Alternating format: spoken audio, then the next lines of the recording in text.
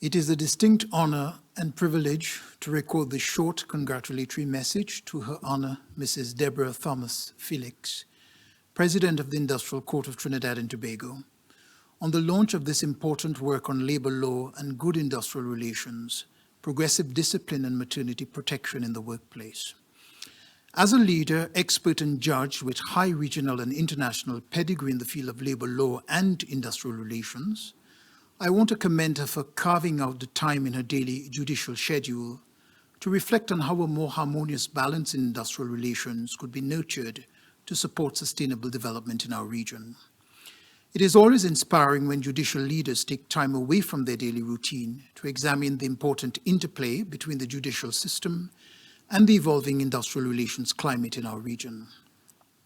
This second book, in my view, is part of a two-part series. A duology is perhaps a better term to use, which has been specifically designed to explore the macroscopic and microscopic issues surrounding industrial labor practices in our region. I would strongly suggest that practitioners, employers, and policymakers interested in a full lay of the landscape on these issues read both works in sequential order.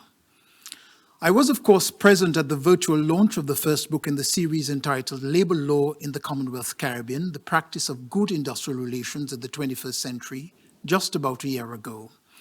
That book examined, at a macroscopic level, the important principles and tenets that should underpin good industrial labor practices and drew on several judgments in the Commonwealth Caribbean to illustrate how these principles were either being upheld or breached in various cases that were adjudicated by industrial courts and tribunals in the Commonwealth.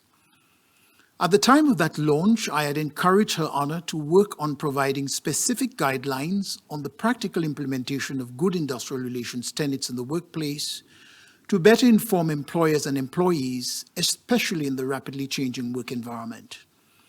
I hardly anticipated that she would have taken up the challenge so expeditiously to produce another significant practical book in record-breaking time, actually in under a year's time.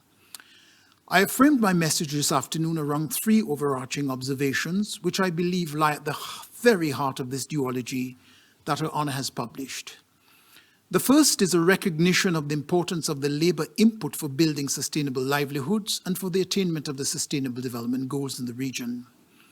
In this context, decent work, employment creation, social protection, rights at work, and social dialogue represent integral elements of the 2030 Agenda for Sustainable Development that all the countries of our region have signed on to. They are a sobering reminder to us all that at the end of the day, the objective of development is to improve the lives and welfare of the peoples of the region, and therefore the conditions under which labor contributes to the development of our region must be given primacy of place. The second observation relates to the practice of good industrial relations in the workplace. It is no secret that the COVID-19 pandemic has not only altered how work is organized and where we work, but more fundamentally ushered in significant changes to the rules that govern the relationship between employer and employees, i.e. the terms of contracts and rules of engagement, as the workplace adapts to a rapidly evolving digital age.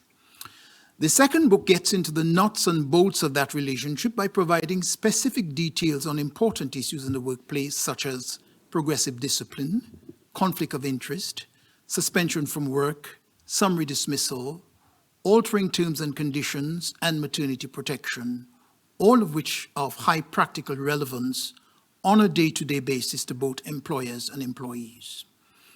Having come from a household headed by a single mother, I support the view that special maternity protection measures ought to be present in the workplace to enable women to fulfill their maternal role without being marginalized in the labor market.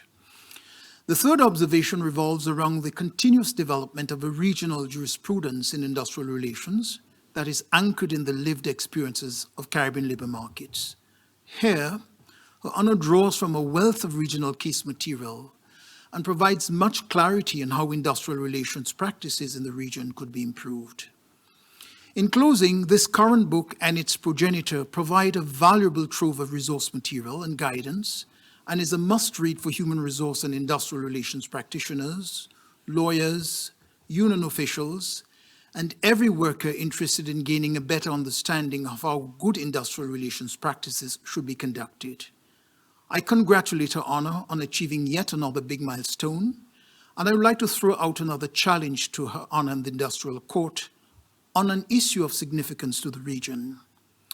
That issue concerns mobilizing key stakeholders, including trade unions, the Cipriani Labor College, the Central Statistical Office, and the Ministry of Labor to work on developing industrial labor market indicators, such as sectoral wage indices and measures of productivity in Trinidad and Tobago. Given the treasure trove of registered collective agreements dating back to the 1960s at the Industrial Court, I look forward to the third volume on how wages and productivity have evolved in the context of the changing industrial relations landscape in Trinidad and Tobago. If we go by past experiences with my requests, 2023 might be a likely publication date. I thank you for the courtesy of your attention.